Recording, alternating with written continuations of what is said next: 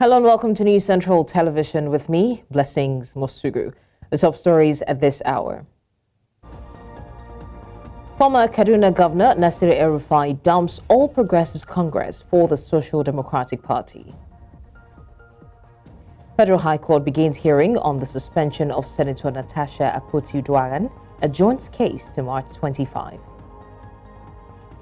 Niger Republic faces unprecedented petrol shortage. We've got the details in a moment. News Central now this hour begins with politics, where we understand that the former Kaduna State Governor Nasir El-Rufai has resigned from the All Progressives Congress, the APC, and joined the Social Democratic Party, the SDP.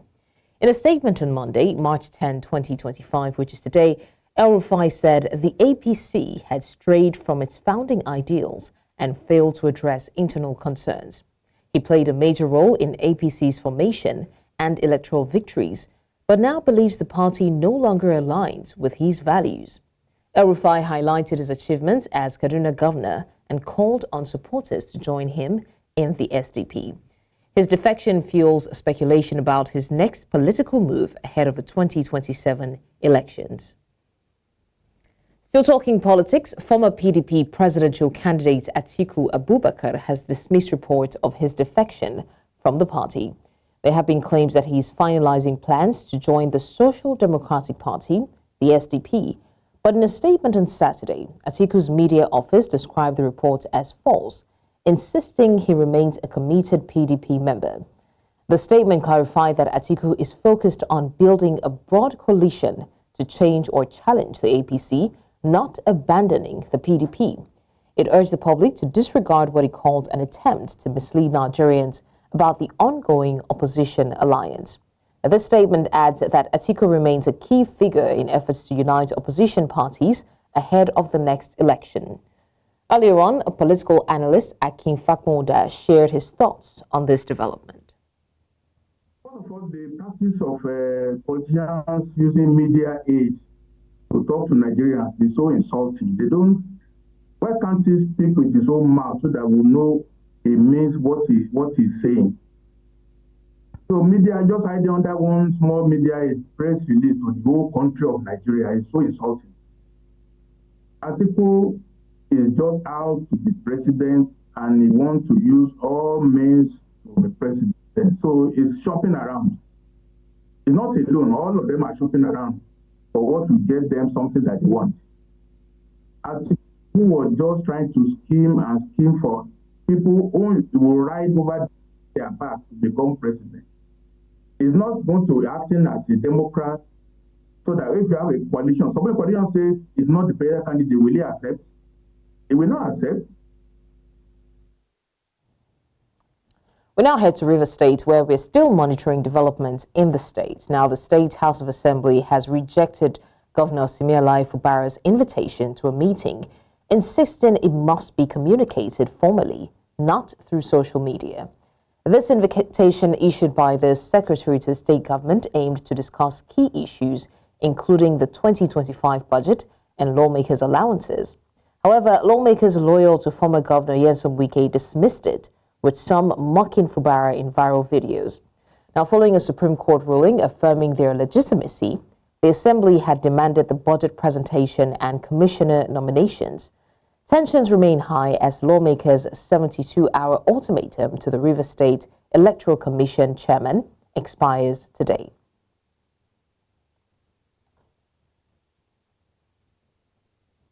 Now let's move to the matters from the Parliament, where we understand that the Federal High Court in Abuja has adjourned the case bordering on the suspension of Kogi Central lawmaker Natasha Akpoti-Uduaghan to March 25, challenging the decision by the Senate Disciplinary Committee on Ethics. This was as the hearing commenced on Monday in Abuja following the appeal by the first to fourth respondents, informing the court that they had not received the required summons. Justice Obiora Iguatu had earlier issued an interim order preventing the Senate from taking any disciplinary action against the Akpoti-Uduaghan pending the determination of the case. Well, in legal proceedings, Service of processes is very important because it's only when parties are properly served that can study the cases and know how to respond. So the judge have acted very well by ordering that all the relevant processes should be exchanged. Meanwhile, the chairman of the Senate Committee on Ethics, Privileges and Public Petitions, Senator Neda Imaswen, has defended the committee's decision to recommend the suspension of Kogi Central Senator Natasha Akpoti-Uduaghan. In an International Women's Day message made available to News Central, Imaswen clarified that the committee's recommendation was strictly based on Akpoti-Uduaghan's conduct during plenary on February 20 and had no connection to her sexual harassment allegations against Senate President Godswill Akpabio. Now, Senator Imaswen explained that while harassment allegations are serious matters that deserve investigation, the Ethics Committee had no jurisdiction over the claims since they are already before the court. He stressed that the suspension was in line with Senate rules, adding that the decision was not about silencing anyone, but about ensuring accountability and preserving the Senate's integrity. In the meantime, President of the Senate, Godswill Akpabio, has cautioned critics against making uninformed comments on the affairs of the upper legislative chamber. Akpabio issued the warning when he received a delegation from the Niger Delta Ethnic Nationalities Youth Leaders Forum in Abuja. Now, his remarks follow the recent suspension of Kogi Senator Natasha Akpoti-Uduaghan for violating Senate rules, a decision that Akpabio emphasized was unanimously supported by lawmakers. Expressing concern over a perceived trend of uninformed commentaries on television and social media, Akpabio urged the public to understand parliamentary rules before engaging in debate. He dismissed the saga as an attempt to undermine his leadership, attributing recent criticisms to political mischief from people who, he claimed, lacked knowledge of Senate procedures. Earlier on, a lawyer and a public affairs analyst, Vincent Otakpupu, shared his thoughts on this development. The purported suspension of Senator Natasha has provoked and exciting scholastic disputations, ranging from contentious issues and responses. Anywhere you go in the court of public opinion, newspaper stand, that is on the lips of every Nigerian. There is no authority on the part of the Senate to suspend a legislature validly elected by the people of Nigeria, whom the person seeks to represent. The Supreme Court and Nigerian judiciary, the 1999 Constitution frowns at it, and the suspension, to all intents and purposes, is not only repugnant to natural justice, equity, and good conscience, but incompatible with the provisions of the Constitution and the established principles of law, ranging from decided cases by the Supreme Court and Court of Appeal, which forms part of sources of law in Nigeria. Section 4, subsection 8 of the 1999 Constitution provides, save as provided in this Constitution, the exercise of legislative powers of National Assembly or State Assembly shall be subject to the jurisdiction of the court, as the case may be. So the court has the power to conduct inquiry, and whatever they do in the National Assembly is subject to legislative powers of the court. Now, the Supreme Court of Nigeria and the Court of Appeal, in litany and cornucopia of cases, have handled situation of this and pronounced the absence of authority, legislative competence, and legislative powers of the National Assembly, be it Senate or Assembly or a representative, to suspend a legislative member. You're still watching the news. We'll go on a short break now. When we come back, Nigeria's fuel import bill hits record 15.4 trillion naira. The details of this and more after the break. Stay with us. Many thanks for staying with us. You're still live with us on the news. Now to more stories. Affected residents of the demolitions in K2 area of Lagos have brought their complaints to the State House of Assembly. Now you recall that the residents had in February called in the government to intervene and put a stop to the demolitions. Our correspondent, Bernard Akede, who is there live, now joins us to give us more update on this. Hello, Bernard. If you can hear me, you have been following this story. What new information do you have today? What's happening on ground?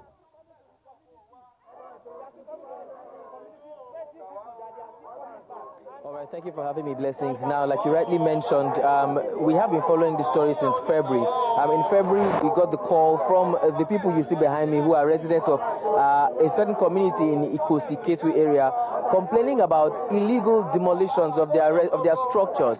Some of them say that they have been living there since the 90s, but all of a sudden, demolition heavy equipment came in there and began to tear down some of the structures that we had in that place. Now, they claim that these demolition activities is done by the Oba of Ikosi land in Ketu there.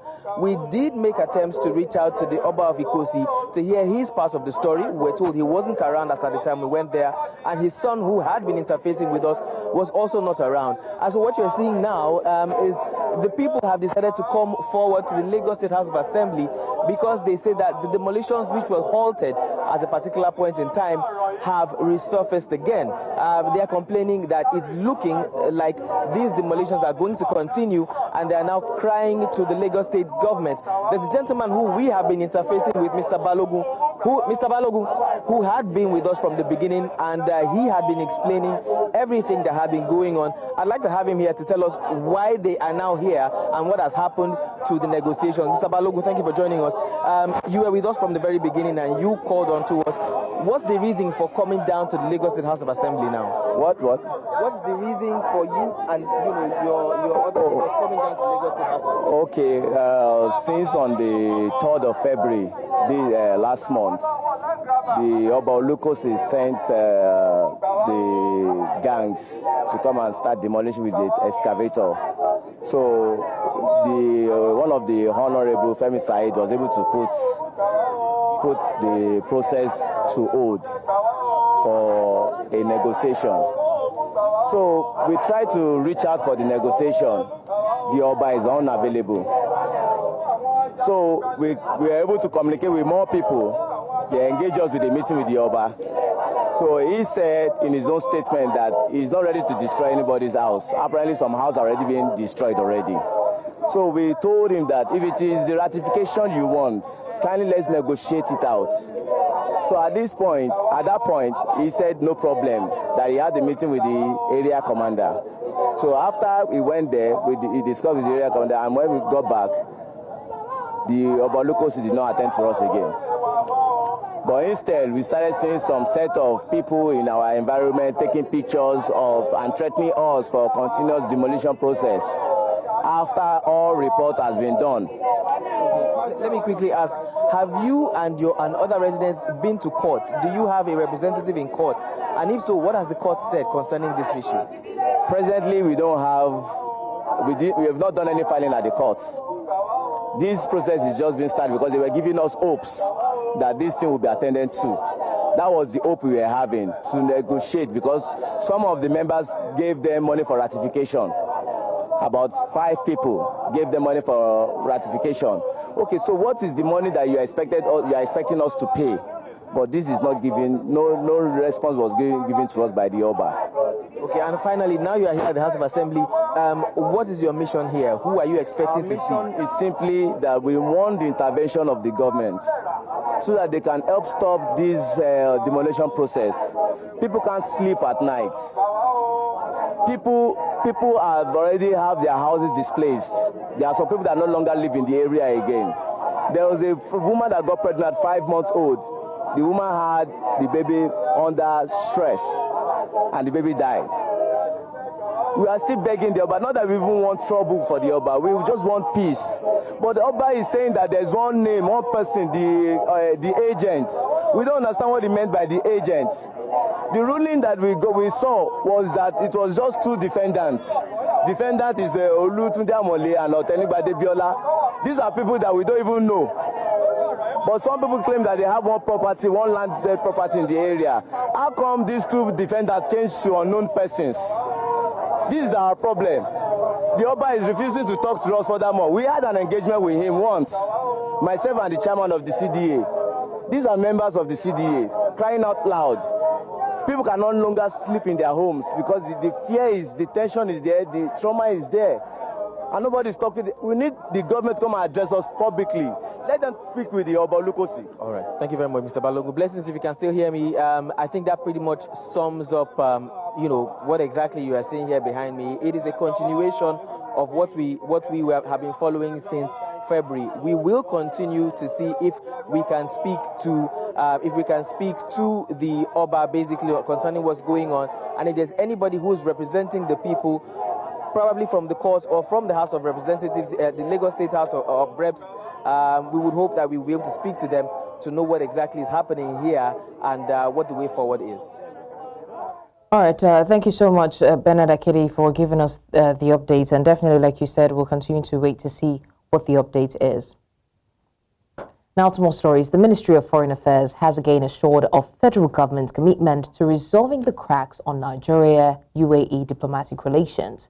Speaking in a statement by Special Assistant on Communication and New Media, Magnus Eze, the ministry said Nigeria and the United Arab Emirates, UAE, will meet in the coming days to resolve challenges faced by Nigerians in obtaining UAE visas. The statement said the decision was reached during a meeting between the UAE ambassador to Nigeria, Salim Said Ashmasi, and the Minister of State for Foreign Affairs, Ambassador Bianca Odumegwu-Ojukwu, at the Tafawa Balewa House, Abuja. Now, Odumegwu-Ojukwu acknowledged the strong diplomatic and economic ties between both countries, emphasizing that the trade imbalance between the countries will also be addressed.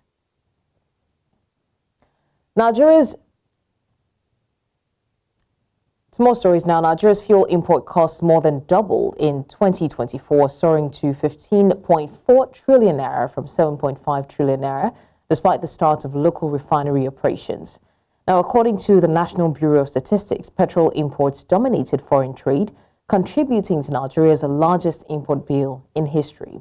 Refineries like Dangote, Port Harcourt, and Warri have begun production, yet Nigeria still heavily relies on import.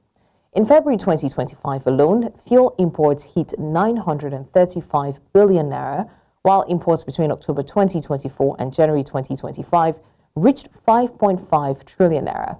Now, while Dangote Refinery insists it can meet Nigeria's fuel needs, the NMDPRA says local supply only covered 50% of demand in February. Meanwhile, petrol prices range between 860 naira and 970 naira per litre nationwide. Now, the Osun State chapter of the All Progressives Congress has rejected allegations of a $20 million fraud leveled against former Governor Adegboyega Oyetola by his successor, Governor Ademola Adeleke.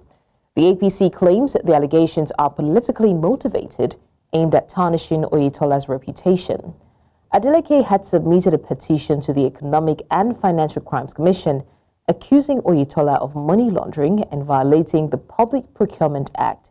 However, the Osun APC Media Director, Kola Olabisi, challenged the Adeleke administration to provide evidence, including the names of contractors and contract award dates. In response, the Osun State government maintained that the petition was based on a thorough investigation and not politically motivated. Commissioner for Information and Public Enlightenment, Kolakpo Alimi, alleged that 1.5 billion naira was laundered through the Osun chapter of the Association of Local Governments of Nigeria between January and October 2022. Now let's head to the courts. The Chief Judge of the Federal High Court, Justice John Soho, has reassigned the case of IPOB leader Nnamdi Kanu to a new judge. Now, Kanu's legal team had pushed for this change, opposing the return of the case to Justice Binta Nyako after her recusal. Lead counsel Aloy Ejimako confirmed the development, revealing that they received official letters from the Chief Justice of Nigeria and the Chief Judge on Friday. Kanu, convinced of his innocence, expressed gratitude to the CJN for his swift intervention. His legal team says they are now focused on preparing for his defense, emphasizing the importance of a fair and speedy trial. Earlier on, a lawyer and public affairs analyst, Justice Ojieno, spoke to us on this development. Something that they have already expressed their happiness about, because we usually say that justice is a three-way street, especially when it's criminal justice, as in this case, justice as perceived by by the defense, justice as perceived by the prosecution, and justice as perceived by the public, the people generally. And it used to be just two because the defense was very, very disappointed, and they did not hide their disappointment. They came frontally to say that they were not happy about the constitution of the courts, and it as headed by Justice Binta Nyako for reasons which they stated. But now I'm very, very happy that at least they have been granted the request of another judge, even though the name of the new judge has not been announced yet. So I'm very happy that at least, however it goes, everybody will be to a large extent satisfied that it was actually a neutral judge, a neutral justice, a neutral referee that decided based on the evidence. Now, aviation workers have given the federal government 14 days to remove the Nigeria Customs Area Controller at the Lagos Airport's Pilgrims and Cargo Terminal. This follows an alleged assault on FAA's Director of Security, Igbafe Afegbai. The ultimatum starting March 7 expires on the 21st of March.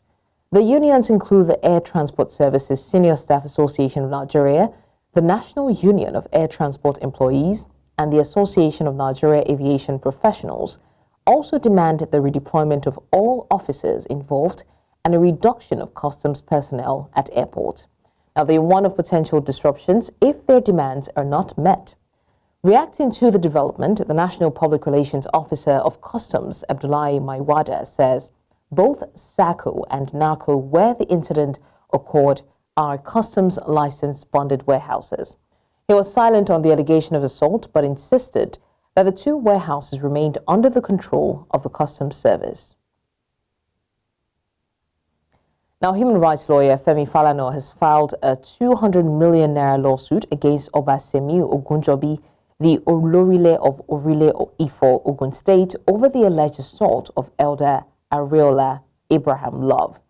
The suit, filed on the 7th of March 2025 before the Ogun State High Court in Ota, seeks to enforce the victim's rights to dignity, freedom of movement, and life. Falana is also demanding a public apology in major newspapers. The case stems from a viral video showing Elder Love, the applicant, being assaulted by Oba Ogunjobi and others in February. The monarch was suspended for 6 months by the state government and arraigned for assault. The lawsuit claims the assault violated Elder Love's constitutional and human rights. Let's go now to education matters, where the federal government has adopted the Tai Sholari University of Education, TASWED, in Ijagun, Ogun State, as a federal university. TASWED will be the first federally owned tertiary institution in the Ogun East Senatorial District, an area that includes Ijebu and Remo, home to celebrated figures like Sholari and Obafemi Awolowo. Now, with TASWED's new federal status, the federal government now oversees 3 universities dedicated to education, joining Alvin Ikoku Federal University of Education in Owerri and Adeyemi Federal University of Education in Ondo as the country's key institutions in this sector. Let's head now to health matters. The Nigeria Center for Disease Control, NCDC, has confirmed a Lassa fever case involving a doctor who traveled to the UK. Sadly, the patient passed away before test results returned positive. Now, as of March 2nd, Nigeria has recorded 535 confirmed cases and 98 deaths across 14 states, with Ondo, Bauchi, Edo, Taraba, and Ebonyi most affected. Authorities are tracing contacts and boosting surveillance, including at entry points. The virus spreads through rodent contact, contaminated food, and person-to-person transmission. The NCDC urges Nigerians to keep environments clean, store food properly, and seek medical attention if symptoms appear. Early detection improves survival chances. Now, operatives of the National Drug Law Enforcement Agency, the NDLEA, have arrested Levi Obodoeze, a Lagos-based automobile spare parts dealer, for attempting to smuggle 2 kilograms of cocaine concealed in vehicle propellers to Angola. The arrest followed a coordinated effort between NDLEA and Angolan authorities after the seizure of the drugs at a logistics company in Lagos on the 21st of February. Obodoeze, who attempted to flee after the recipient in Angola was arrested, was captured in Lagos on the 6th of March. Authorities also found 75.5 kilograms of phenacetin, a cocaine cotton agent, at his home in other operations. NDLEA seized large quantities of drugs, including cannabis and tramadol, across Lagos and Kano. Now, the National Agency for Food and Drug Administration and Control, NAFDAC, destroyed counterfeit drugs at the Monia dump site in Akinyele local government area of Oyo State.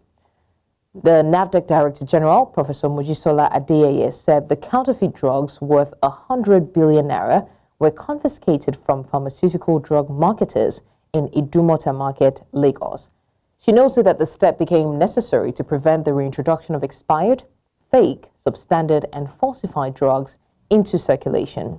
Now, speaking during the burning exercise, Adeyeye said NAFDAC, as the lead agency and chair of the Federal Task Force on Fake and Counterfeit Drugs and Unwholesome Processed Foods, is firmly committed to ensuring that food, drugs, cosmetics, medical devices, chemicals, packaged water, and drinks are safe, wholesome, and effective for human consumption.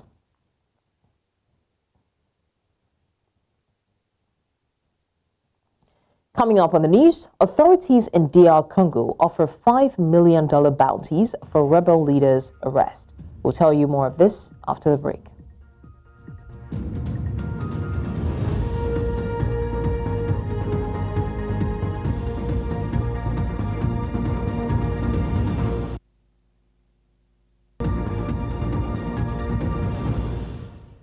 Many thanks for staying with us. Now, the news continues in West Africa, where Niger Republic is experiencing an unprecedented shortage of super petrol, the most widely used fuel in the country. Petrol stations are either closed or have long queues, leaving residents struggling to find fuel. In Niamey, the capital, people are frustrated and unsure of the cause of the shortage. This shortage is affecting not only the capital, but also inland towns where petrol is scarce. Residents are calling for a solution to the crisis, which is disrupting their daily lives.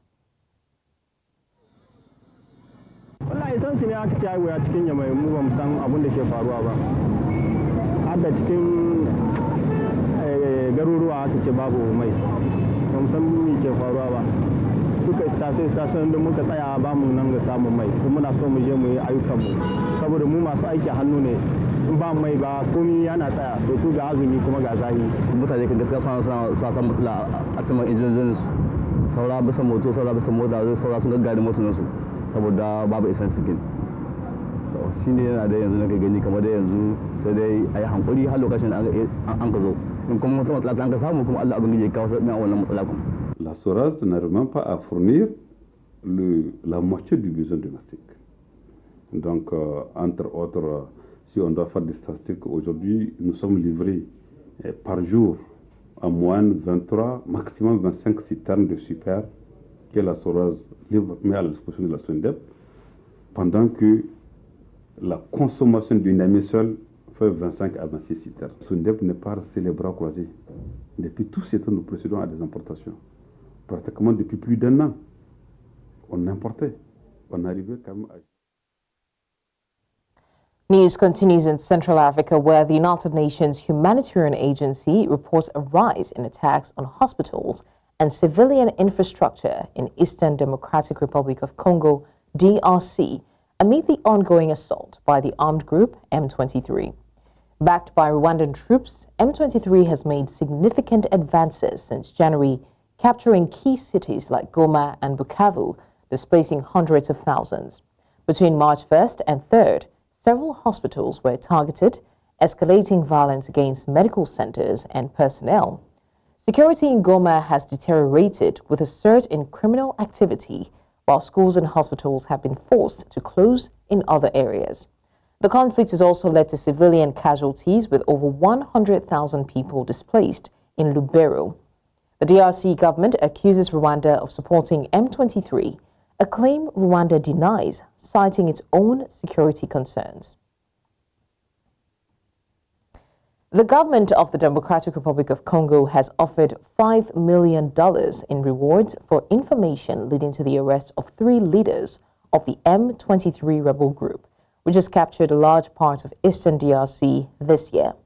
The bounties target Corneille Nanga, Sultani Makenga, and Bertrand Bisimwa, all of whom have been prosecuted in absentia and sentenced to death for treason.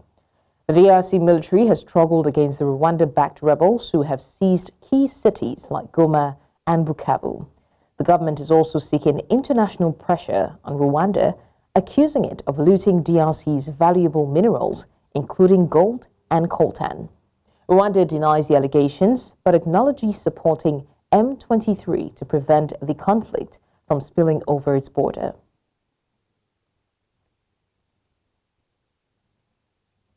Let's go now to Southern Africa, where the Zimbabwean journalist Blessed Nlanga will take his bail appeal to the High Court today after being denied bail by a lower court. Nlanga, represented by lawyer Chris Mike, argues the magistrate erred in denying him bail without compelling reasons. He challenges the claim that he could interfere with witnesses simply because he is a senior political reporter. He also disputes the magistrate conclusion that consenting to remand implies guilt. Nlanga was arrested on the 24th of February while covering a press conference by expelled ZANU-PF member Blessed Bombshell Geza, who accused President Mnangagwa of corruption and misgovernance. The case is ongoing, with the High Court set to decide on his bail request. Now, the United States has ordered all non-emergency staff to leave South Sudan, citing escalating tensions and rising risks in the country. This move comes as clashes between forces allied to President Salva Kiir and First Vice President Riek Machar threatened the fragile power-sharing agreement established after the 2013 to 2018 civil war. On Friday, a UN helicopter was attacked during a rescue mission, resulting in the death of a crew member and an army general. The U.S. State Department highlighted ongoing armed conflict and ethnic violence as key concerns. International observers have raised alarms, with the UN warning of an alarming regression in peace efforts and the International Crisis Group fearing the country may be heading toward full-scale war and ethnic massacres. Now, still to come, Syria interim president vows accountability after deadly clashes. We've got the details of this story and more after the break. Join us again.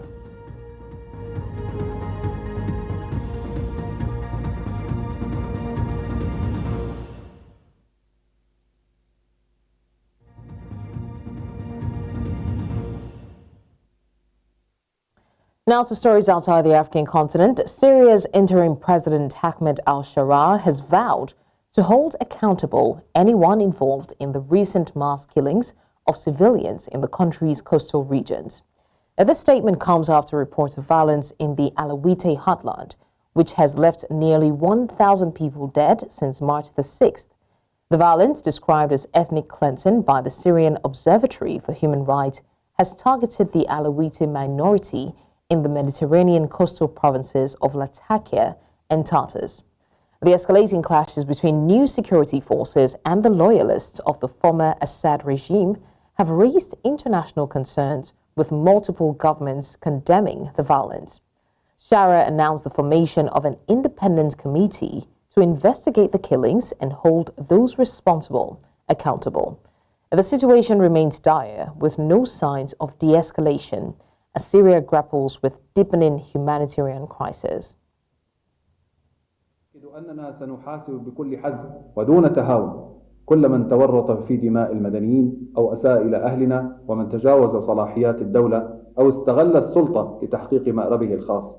فلن يكون هناك أي شخص فوق القانون، وكل من تلوثت يداه بدماء السوريين سيواجه العدالة عاجلا غير آجل. وبناء على ما سبق، فإننا قد أعلنا عن تشكيل لجنة لتقصي الحقائق للنظر والتحقيق في أحداث الساحل وتقديم المتورطين إلى العدالة وكشف الحقائق أمام الشعب السوري، ليعلم الجميع من المسؤول عن هذه الفتن والمخططات. كما سنعلن عن تشكيل لجنة عليا للحفاظ على السلم الأهلي، وستكون مكلفة من قبل رئاسة الجمهورية بالتواصل المباشر مع الأهالي في الساحل السوري للاستماع إليهم وتقديم الدعم اللازم بما يضمن حماية أمنهم واستقرارهم ويعزز الوحدة الوطنية. Meanwhile, China called for an immediate halt to the violence in Syria on Monday following reports of mass killings in the Alawite coastal region. The call came after international backlash regarding the worst bloodshed in Syria since the overthrow of President Bashar al-Assad. China expressed deep concern over the escalating conflict, which has led to the deaths of 973 civilians, according to the Syrian Observatory for Human Rights. These casualties were reportedly caused by field executions, killings, and ethnic cleansing operations carried out by security personnel and pro-government fighters since the 6th of March. China's Foreign Ministry spokesperson Mao Ning urged all parties involved to stop the fighting, protect civilian lives, and engage in dialogue to form a national reconstruction plan that reflects the will of the Syrian people.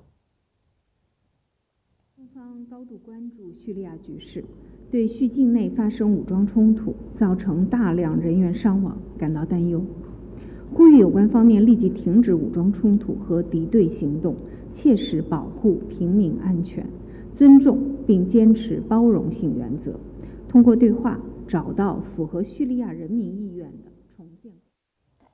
Flames and smoke were seen rising from the wreckage of a small plane that crashed in the parking lot in Mineham Township, Pennsylvania. Now, according to a statement from the U.S. Federal Aviation Administration, 5 people were on board the aircraft at the time of the crash. The incident is under investigation, with authorities working to determine the cause of the crash. Emergency responders were quickly on the scene, and there are currently no details on the condition of the individuals involved. The crash site, located in a busy parking lot, has prompted concerns about potential damages to nearby structures.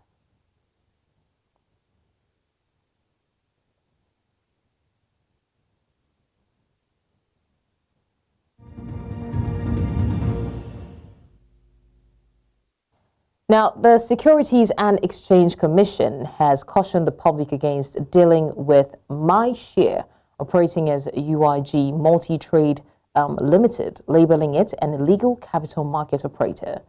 SEC stated that the firm falsely presents itself as an investment advisor, fund manager, despite lacking registration. Investors are urged to avoid transactions with the entity to prevent fraud and financial loss. The Commission reiterated that engaging with unregistered and unregulated firms in Nigeria's capital market poses serious risks, emphasizing the importance of verifying investment platforms before committing funds. Still in business, the trade relationship between Nigeria and the United Kingdom is currently valued at £7.8 billion, according to the UK Deputy High Commissioner, Gil Lever. Lever made the disclosure during the unveiling of a British franchise in Abuja. The envoy described Nigeria as a high-growth market and reaffirmed the UK's commitment to strengthening economic ties, stating that Britain remains Nigeria's partner in progress. The envoy therefore stressed that the arrival of the new franchise in Nigeria is a testament to the strength of UK-Nigeria trade relations and the immense potential of the Nigerian market. Now, U.S. President Donald Trump confirmed on Sunday that his administration is in talks with 4 different groups regarding the sale of Chinese-owned TikTok.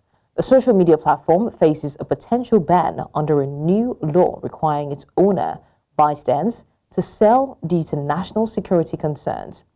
Trump, who delayed the law's enforcement by 75 days, stated that all 4 options are good. Among potential buyers is Frank McCourt, former owner of the Los Angeles Dodgers. Analysts estimate TikTok's value at $50 billion, while ByteDance and TikTok have yet to comment on the ongoing negotiations.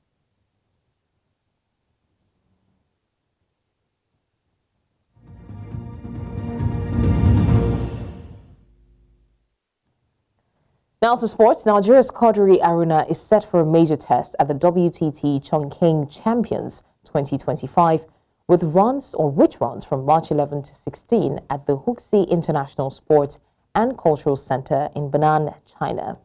The tournament features 32 top-ranked men and women battling for glory in 62 singles matches. Aruna, currently Africa's number 2, faces a tough opener against world number 2 Wang Chuqin, setting the stage for an intense showdown. Africa's number 1 Omar Assar will take on Germany's Dan Ke in another key match. In the women's category, Dina Meshrev faces Kim Na-young, while Hannah Gudar meets Shin Yubin. Recently, Omar Assar edged out Nigeria's legend Kodri Aruna with a hard-fought 4-3 victory. To win the ITTF Africa Cup, both Assar and Aruna enter the final with 5 Africa Cup titles each. Aruna, the defending champion, settled for silver. Still in sports, Zainab Dosso made history at the European Indoor Championships in Alpedon, winning the women's 60-meter title with a new Italian national record of 7.01 seconds. The 25-year-old sprint star defeated a strong field, including Switzerland's Mujinga Kumbandu and Luxembourg's Patricia van der Wecken. Doss dominated the rounds, clocking 7.06 seconds in the heats and 7.03 seconds in the semifinals before securing Italy's 3rd gold medal of the championships. Expressing her joy, she said, "I wanted this gold, and I achieved it." With her unbeaten indoor season, Dosso now eyes victory at the World Indoor Championships in Nanjing, aiming to break the sub-7s barrier. Now, defending champion Iga Swiatek continued her dominant run at Indian Wells, breezing past Ukraine's Diana Yamstrimka 6-0, 6-2 to advance to the 4th round. The world number 2 won the first 10 games and wrapped up the match in just 65 minutes. Next, Swiatek will face Czech Karolina Muchova, who staged a comeback to defeat Katerina Sinikova 7-5, 6-1. On the men's side, Daniil Medvedev spent only 10 minutes on court before his opponent, Alex Michelsen, retired due to illness. The Russian now prepares for a 4th-round clash against 10th-seeded American Tommy Paul. Other key results include wins for Mira Andreeva, Elena Rybakina, Jessica Pegula, Stefanos Tsitsipas, and Talon Grigspor. Japanese qualifier Yusuke Watanuki also made headlines with an upset victory over Francis Tiafoe, becoming the lowest-ranked player to reach the 4th round since 2004. We're still talking sports. Marvin Vettori and Roman Dolidze will renew their rivalry in the middleweight main event of UFC Fight Night on March 16, 2025, at the Apex facility in Las Vegas. The pair first met at UFC 286 in March 2023, where Vettori claimed a unanimous decision win. Now, Vettori sidelined throughout 2024 due to injury, last fought in June 2023, losing to Gerald Cannonier. The 31-year-old mistakenly thought he was set to fight Roman Kopylov, but remains confident in victory.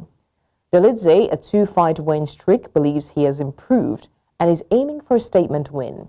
The main card also features Chidi Njoukwane versus Elizu Zaleski, Dos Santos, and Alexander Hernandez versus Kurt Holubol. That's all on the news at this hour, but before we go, let's take another look at some of our major stories. We told you that former Kaduna Governor Nasir El-Rufai has dumped the All Progressives Congress for the Social Democratic Party. We also mentioned Federal High Court has begun the hearing on the suspension of Senator Natasha Akpoti-Uduaghan, a joint case to March 25. And finally, we mentioned that Niger Republic is facing an unprecedented petrol shortage. Send your eyewitness report to the WhatsApp number on the screen. Also, do well to follow us on social media. We are at News Central TV. You can watch News Central live on DSTV, channel 422, GoTV, channel 23, StarTimes, channel 274, Avo TV, and YouTube. Many thanks for watching. I'm Blessings Osugu.